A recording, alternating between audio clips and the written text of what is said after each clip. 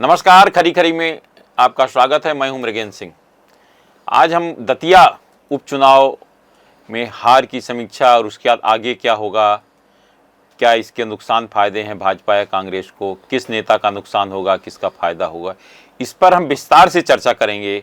और चर्चा के लिए आज हमारे बीच उपस्थित हैं वरिष्ठ पत्रकार देवदत्त दुबे जी, जिन्हें बुंदेलखंड का बहुत लंबा नॉलेज है। दतिया भी आपको मालूम है बुंदेलखंड में आता है, इसलिए हमने उनको विशेष रूप से उनको बुलाया है कि वो जो बुंदेलखंड का जो राजनीतिक गणित है बहुत अच्छी तरह समझते हैं। आज हम उन्हीं से चर्चा करते हैं कि क्या है पूरा मामला हार के कारणों का। दुबे जी, आपका बहुत बहुत स्वागत है। नमस्कार। ये बताइए कि दतिया, क्या आपको लग रहा था कि दतिया उपचुनाव टिकट वितरण के बाद से कि भाजपा हार जाएगी?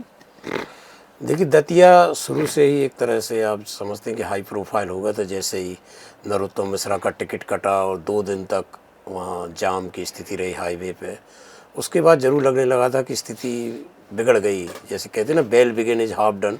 शुरुआत अच्छी नहीं हुई दतिया की, तो फिर लास्ट तक वो पार्टी संभाल नहीं पाई, जबकि 1 दर्जन से ज़्यादा मंत्री, विधायक, सांसद सब डेरा डाले रहे। तो मुझे लगता है एक प्रयोग था पार्टी का जो सफल नहीं हुआ। तो ये एक बात दतिया में विशेष रूप से आई कि जो दमोह में जैसे हुआ था कि जयंत मलैया की जगह राहुल लोधी को, तब भी वहाँ सफल नहीं हुआ था, ऐसी दतिया में नहीं हुआ। तो बुंदेलखंड की ये तासीर समझिए कि यहाँ बहुत करीने से काम करना पड़ता है, और आप जो प्रयोग करते हैं उसमें व्यक्ति से भी देखना पड़ेगा कि कौन व्यक्ति वास्तव में जनाधार वाला है, कौन लोकप्रिय है, कौन पार्टी की टिकट की दम पर जीतता है, कौन साम दाम दंड भेद के आधार पर जीतता है। बहुत सारी चीज़ें हैं।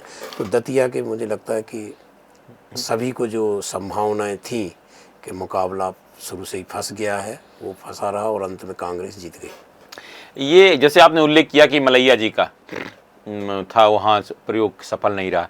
इसी तरह तो वहाँ भी हुआ था, चित्रकूट में भी सुरेंद्र सिंह गारवार को टिकट नहीं दिया था पार्टी ने और हार का सामना करना पड़ा था। तो क्या भारतीय जनता पार्टी उपचुनावों में जो नए लोगों को लाती है, क्या उससे सफलता नहीं मिल रही? जैसे अपन बात करें वहाँ श्योपुर में जो हुआ था रामनिवास रावत चुनाव, तो रामनिवास रावत मूलतः कांग्रेस के थे, अब भारतीय जनता पार्टी में आए थे, तो भारतीय जनता पार्टी के लिए नए थे, तो कार्यकर्ता उनको स्वीकार नहीं कर पाए।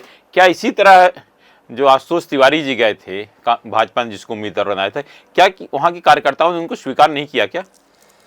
देखिए, हर सीट की, हर चुनाव की तासीर अलग अलग होती है, किन परिस्थितियों में चुनाव हो रहा। रामनिवास रावत तो एक कैबिनेट मंत्री के रूप में चुनाव हारे, तो एक बहुत बड़ी बात थी वो। और ये जो मैं बार बार आपसे एक ही बात कह रहा हूँ कि इसमें एक प्रयोग हर जगह सफल नहीं हो सकता। उसको पार्टी को गहन अध्ययन, चिंतन मनन करना पड़ेगा कि किस सीट पर कौन सी तासीर काम करे, कौन से प्रयोग सफल होंगे। दतिया में आपने एंड टाइम पे एकदम से जो तैयारी किया, तो बहुत पहले से कह देते कि नरोत्तम मिश्रा वैसी तैयारी ना करते, तो उनने जब तैयारी कर ली, अपनी जमावट कर ली, एकदम से जो टिकट काटा, या आशुतोष तिवारी को ही बता देते आप 2.5 साल पहले कि अब अगला चुनाव आपको लड़ना है, तो वो वहाँ अपनी जमावट करते, नहीं रहते। या फिर आपको इतना कर लेना था कि नरोत्तम मिश्रा उनके समर्थक दिल जान से जुटे रहते चुनाव प्रचार में, जैसे अब वो अपने लिए करते, तो मुझे लगता है अलग होता। तो पार्टी को ये समझना पड़ेगा कि केवल मैनेजमेंट से ही चुनाव नहीं जीते जा सकते, माहौल भी बनाना पड़ता है। आम जनता की स्वीकृति किस बात को लेकर है। जब आम जन को कई बार कोई चीज़ बुरी लगती है तो परिणाम बड़ा मुश्किल से आता है। तो दतिया में यही हुआ कि शुरू से ही उलटफेर वाला रहा, दोनों तरफ बड़ा निराशापूर्ण माहौल में वो चुनाव हुआ। और आप देखेंगे कि 9% वोट भी कम पड़े पिछले चुनाव, जबकि बाई इलेक्शन में तो और त्रिकोणीय मुकाबला था, एक एक वोट घर से निकाला जाता है। यहाँ तो 80-85 के ऊपर पोलिंग जाना था, लेकिन नहीं गई। तो ये पार्टी को बहुत चिंतन मनन की ज़रूरत है, क्योंकि चित्रकूट में जैसा आपने उल्लेख किया, 2018 में अटेर और चित्रकूट हारे, और उसके बाद सरकार भी नहीं बचा पाई भाजपा, क्योंकि ये संकेत होते हैं उपचुनाव सरकार और संगठन के लिए कि आप समझिए कि जनता क्या चाहती है, कार्यकर्ता क्या चाह रहा है, नेताओं को आपको कैसे एडजस्ट करना है। एक बहुत बड़े संकेत वाले चुनाव होते हैं। तो मुझे लगता है पार्टी ने आज समीक्षा बैठक तो की है, और 2 सदस्यीय कमेटी भी बना दी है, गौरव रणदीवे और अंबाराम कराड़ा को। वो रिपोर्ट देगी, शायद पार्टी अब जल्दबाजी नहीं कर रही है कि जल्दबाजी में कोई निर्णय ले, क्योंकि सुबह से कुछ मीडिया और सब में खबरें थी कि दतिया की जो पुरानी जिला कार्यकारिणी, उनके इस्तीफे जो उन लोगों ने उस समय दिए थे वो स्वीकृत हो जाएंगे, वो भी नहीं। तो पार्टी ज़रा अध्ययन करे, यही ज़रूरत थी पार्टी की मांग की, उस पर चिंतन मनन करे कि आखिर किस सीट पर किस नेता के साथ किस परिस्थिति का प्रयोग करना चाहिए। तो कहीं ऐसा तो नहीं कि जो नितिन नवीन जी भाजपा के राष्ट्रीय अध्यक्ष के जो सीट थी, जहाँ जनसुराज पार्टी के प्रशांत किशोर पीके जीते हैं, जिसे प्रशांत किशोर कहते हैं, तो कहीं ऐसा तो नहीं कि उसी चक्कर में सब कुछ रुक जाए, किसी के आरोप प्रत्यारोप लगते रहें? अगर बात आप कर रहे थे कि मतदान बहुत कम हुआ, तो वहाँ तो और कम मतदान हुआ, मात्र 38% मतदान हुआ है वहाँ। उन 2 सीटों का मैंने वो देखा था, गुजरात की और वो जो पिछली ट्रेन, तो वहाँ ज़्यादा मतदान हो नहीं रहा है पिछले कई बार। लेकिन दतिया में तो आप देखें 23 में ही 82% मतदान हुआ था, तो यहाँ की अपेक्षा। लेकिन ये बात आपकी बिल्कुल सही है कि आज अभी यहाँ पर कार्रवाई करते हैं तो हो सकता कुछ लोग मांग करें कि वहाँ भी ऐसा हुआ, वहाँ किस पर आप कार्रवाई कर रहे हैं? वो राष्ट्रीय अध्यक्ष की सीट रिक्त हुई थी जहाँ प्रशांत किशोर जीते हैं। तो ये बहुत सारे मामले होते हैं। कुल मिलाकर ये तो आगे की रणनीति बनाने के लिए सबक है कि आप देखिए कि कौन नेता वास्तव में लोकप्रिय है। यदि वो विरोध नहीं भी कर रहा है, विरोध में खड़ा भी नहीं हो रहा, तो उसके इतने समर्थक यदि हैं तो आपको फिर चुनाव अनुकूल नहीं आएगा। और यदि वो आराम से आपको एक सीट बिना मेहनत के मिल जाती है तो आपको ये प्रयोग करने की ज़रूरत भी क्यों है? अब जी ठीक है, क्योंकि आप बुंदेलखंड से आते हैं, दतिया ही बुंदेलखंड में हैं, तो जिस तरह से वरिष्ठ नेताओं को पार्टी दरकिनार कर रही है, चाहे एक तरह से कहें नरोत्तम मिश्रा को दरकिनार ही किया कि पार्टी ने टिकट नहीं दिया, उनसे बात पूछना तक उचित नहीं समझा, उनने पार्टी हाईकमान से पूछना भी चाहा, भाई आखिर उनकी क्या गलती, कोई जवाब नहीं है। इसी तरह आप देखिए, जैसे बुंदेलखंड में बात करें, बुंदेलखंड में अगर बात करें, पंडित गोपाल भार्गव और भूपेंद्र सिंह ने पार्टी को अपने खून पसीने से सींचा है, इस स्थिति में खड़ा किया है। जब कोई पूछने वाला नहीं होता था, 1-2 सीटें ही जीत होती थी बुंदेलखंड में, तब भी गोपाल भार्गव वहाँ विधायक रहते थे। तो ऐसी स्थिति में जिस तरह से इन लोगों को दरकिनार किया है, तो क्या इसका असर अगले विधानसभा चुनाव में पड़ेगा, जिस तरह यहाँ नरोत्तम मिश्रा को साइडलाइन करने से दिखा है? बिल्कुल, आपकी बात ये सही है, क्योंकि इन लोगों का अनुभव भी है और एक संबंधों की इन लोगों ने बहुत बड़ी फौज तैयार कर ली है, जो कई लोगों के सुख दुख में साथ दिया है गोपाल भार्गव, भूपेंद्र सिंह ने। तो वो लोग चाहते हैं कि उनका नेता फ्रंट लाइन में रहे।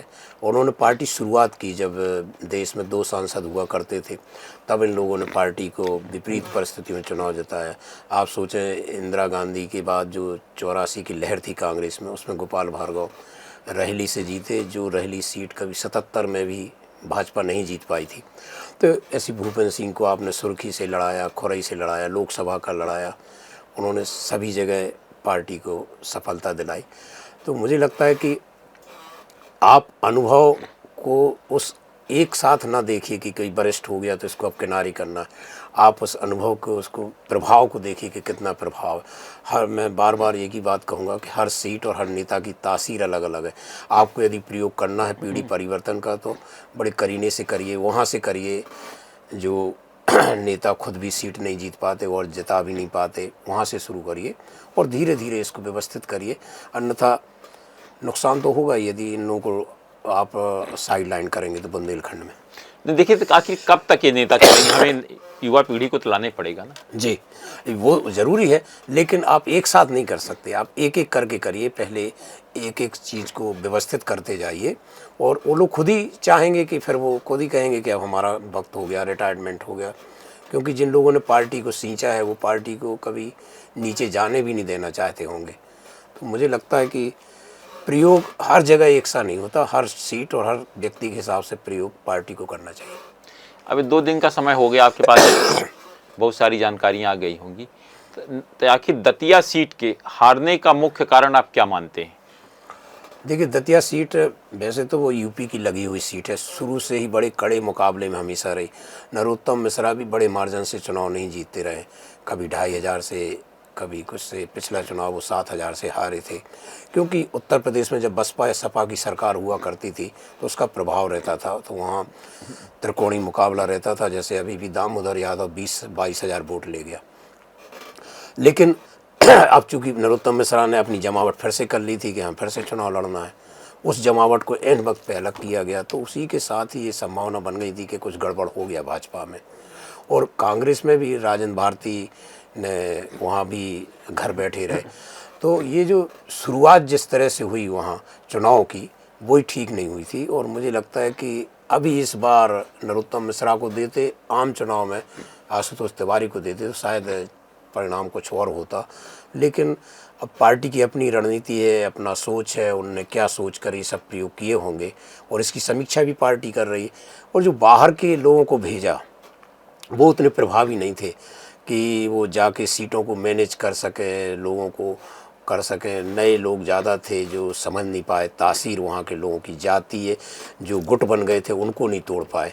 जैसे सिद्धार्थ कुशवाहा गए तो उन्होंने कुशवाहा समाज को बड़े करीने से अपने पक्ष में कर लिया, लेकिन यही भारत सिंह कुशवाहा ये काम नहीं कर पाए।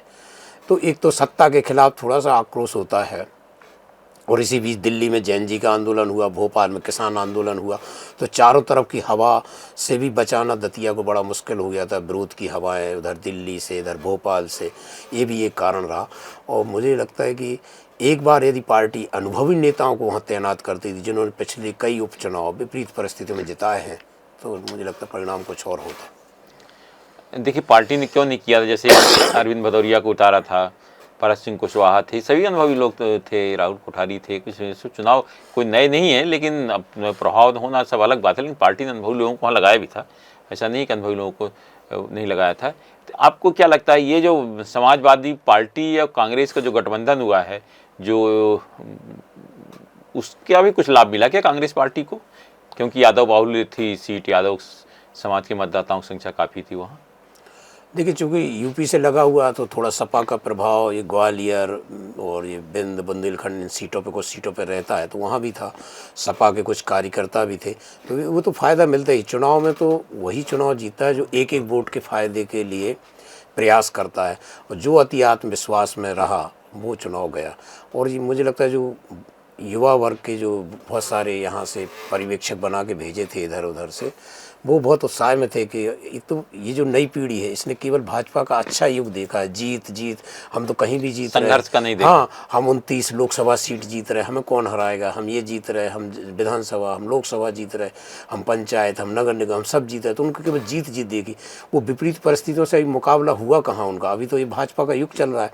तो ये जो लोग से थे सब इसी युग के थे, जिनने केवल हरा हरा देखा है। ऐसे लोगों को लगाना चाहिए जिन्होंने वो देखा है कि जब 2 सांसद बड़ी मुश्किल से आते थे, एक एक सीट के लिए लोग तरस जाते थे। वार्ड मेंबर जीतता था तो फटाके फूटते थे कि भाजपा का खाता खुल गया, कभी नगर पालिका अध्यक्ष, कभी विधायक में। तो ऐसे लोग जानते हैं कि एक एक वोट कैसे ली जाती, कैसे लोगों का दिल जीता जाता है। बहुत सारी राजनीति तो एक विज्ञान है जिसमें आप जब तक सही नहीं सिद्ध कर पाओगे आम जनता के बीच में कि हम सही, हम हीरो, वो खलनायक, तब तक आप कोई चुनाव जीत नहीं सकते। और दतिया में ये हो नहीं पाया कि एक तरह से पार्टी को हीरो की तरह पेश कर पाए, क्योंकि चारों तरफ की हवाएं भी इस समय बिगड़ी हुई थी, और दतिया में प्रबंधन भी लास्ट में नहीं हो पाया जो पार्टी को करना था कि बाहरी हवाओं से बचा सके, लोकल का कोई एक उफान पैदा कर सके, कि जुनून पैदा कर सके। वहीं देखिए अब बसई मंडल क्यों जीते, क्योंकि वहाँ गढ़ बना चुका था भाजपा, और वहाँ ऐसे लोगों ने, प्रभावशाली लोगों ने अपनी दबिश दी कि वो जीत गए। बाकी आप शहर दतिया हारी है, पहली बार हारी। हाँ, ये पार्टी के लिए वाकई में चिंतन का विषय होगा, क्योंकि शहरों की पार्टी कहा जाता था, ब्राह्मणों की, बनियों की पार्टी कहा जाता, तो शहर यदि हार रही है पार्टी, और दतिया पहली बार, वो भी 11,000 से भी ज़्यादा मतों से, तो मुझे लगता है ये चिंता का विषय तो है ही। तो ये प्रभाव रहता है कि आप एक एक वोट के लिए समाजवादी से समझौता किया, उसका फ़ायदा हुआ। और चूँकि गोविंद यादव, दामोदर यादव भी यादव समाज से थे, सपा में मुख्यमंत्री भी यादव थे, तो यादव समाज ने शायद यही देखा हो कि हमारा बड़ा नेता कौन है, वो तो मुख्यमंत्री मोहन यादव थे। लेकिन उस चीज़ को पहुंचाना एक एक मतदाता तक, वो बहुत बड़ी बात है। कि मैं एक बार विदिशा की सभा में था, तो शिवराज सिंह कह रहे थे कि कहाँ मूंछ का बाल और कहाँ पूंछ का बाल। अटल जी को तब वो नाम लेते थे तो कहते थे ये मूंछ के बाल हैं, और कांग्रेस प्रत्याशी कहते थे पूंछ का बाल है। तो ऐसा ही सिद्ध करना पड़ता है मतदाता के बीच कि आपका नेता कौन है। तो वो शायद वहाँ लोग, प्रबंधक लोग नहीं कर पाए कि सबसे बड़े यादव तो मध्य प्रदेश के मुख्यमंत्री हैं। ये तो इससे जो चुनाव परिणाम आए हैं, इसमें भाजपा में किसको फायदा नुकसान होगा, कांग्रेस में किसको फायदा नुकसान होगा? देखिए ये तो बिल्कुल जग जाहिर बात है कि कांग्रेस को एक तरह से संजीवनी मिल गई। आप देखेंगे बरसों बाद पीसीसी में ढोल ढमाके बजे, और दूर कस्बों में भी जुलूस निकले, पटाखे फोड़े। कांग्रेस को तो एक तरह से 2028 के लिए संजीवनी मिल गई, लेकिन भाजपा को एक तो हार मिली और दूसरा एक दरार पड़ गई भाजपा नेताओं में कि ये ऐसा भी होता है, एन वक्त पे टिकट भी काटता है, ये भी होता है। वो लोगों को एक साहस बढ़ा के उन्होंने जाम लगा दिया, इस्तीफे दे दिए। जो अनुशासन पार्टी थी उस पर एक जो काला धब्बा भी आ गया, तो भाजपा को नुकसान ज़्यादा है। कांग्रेस तो हर दृष्टि से फायदे में रही। 1 साल बाद नगरीय निकाय पंचायत चुनाव है, क्या उसमें भी इसका असर, इस चुनाव परिणामों का असर दिखेगा? बिल्कुल, वो तो चुनाव बहुत कुछ हवा पर भी डिपेंड करते हैं। एक मैनेजमेंट, एक हवा, एक माहौल, एक मैनेजमेंट। तो एक जो माहौल बना, इससे उत्साह आता है। जो कांग्रेस का कार्यकर्ता घर बैठा था, निराश था, उसमें उत्साह आ गया। आपने देखा होगा 2018 के पहले अटेर, चित्रकूट ऐसे 2-3 उपचुनाव कांग्रेस जीती और उसने पूरे प्रदेश में एक उत्साह का वातावरण बना लिया।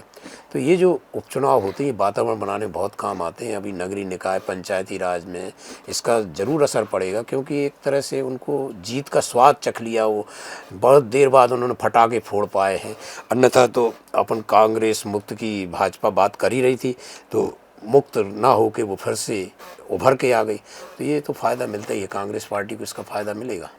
देखिए, दतिया उपचुनाव से कांग्रेस को संजीवनी मिल गई है। इसका असर आपको आगा 1 साल बाद होने वाले नगरीय निकाय पंचायत चुनावों में दिखेगा और 2 साल बाद होने वाले विधानसभा चुनाव में। ऐसा वरिष्ठ पत्रकार देवदत्त दुबे जी का कहना है। उनका कहना है कि इससे भारतीय जनता पार्टी की सेहत पर ज़्यादा असर नहीं पड़ने वाला है, लेकिन उसको ये अलार्मिंग है, मतलब सचेत करने वाला है कि भाजपा को सचेत हो जाना चाहिए। सभी नेताओं को, चाहे वरिष्ठ हों कनिष्ठ हो, सबको एक साथ लेकर चलें। ऐसा नहीं कि आप वरिष्ठों को दरकिनार कर दो तो अब कनिष्ठों को आगे करो तो पार्टी जीत जाएगी। ऐसा नहीं होगा। इस चुनाव परिणाम ने अभी बता दिया है। मतलब सब, अब मुझे लगता है भाजपा को भी सीख मिल जाएगी। जिस तरह कांग्रेस ने इस बार सबको साथ लेकर चला, एक तरह जहां जीतू पटवारी जैसे युवा नेता थे, प्रदेश अध्यक्ष, और आपके नेता प्रतिपक्ष उमंग सिंगार जैसे, उसी तरह पार्टी के वरिष्ठ नेताओं में चाहे दिग्विजय सिंह जी की बात करें या अजय सिंह की बात करें, जो वरिष्ठ नेता थे वो भी साथ थे। मतलब सब एक साथ होकर चले, तब चुनाव परिणाम सामने आए हैं। तो यही हमें लगता है कि अब भाजपा भी शुरू करेगी। इसीलिए आप देखिए, ये आनंद फानने सब जगह चर्चा हुई कि आज बैठक हो, समीक्षा, जिसमें जिलाध्यक्ष सहित कुछ लोगों पर गाज गिर सकती है, लेकिन नहीं हुआ। एक कमेटी बना दी गई, उस पर सबको सुनेगी, सबको साथ लेकर चलेगी। मुझे लगता है भाजपा भी अब जो कि काफ़ी फूंक के कदम रखेगी, और क्योंकि भाजपा की नज़र अब अगले नगरीय निकाय पंचायत चुनाव के साथ ही 2028 के चुनाव हैं, जो कि मुख्यमंत्री डॉक्टर मोहन यादव के लिए बड़ी चुनौती होंगी। आज सिर्फ इतना ही। इस तरह खबरों के लिए हमारे चैनल पब्लिक वाणी सब्सक्राइब करिए। आपके पास भी कोई खबर है ज़रूर हमें बताएं, क्योंकि हमारा नाम है पब्लिक वाणी।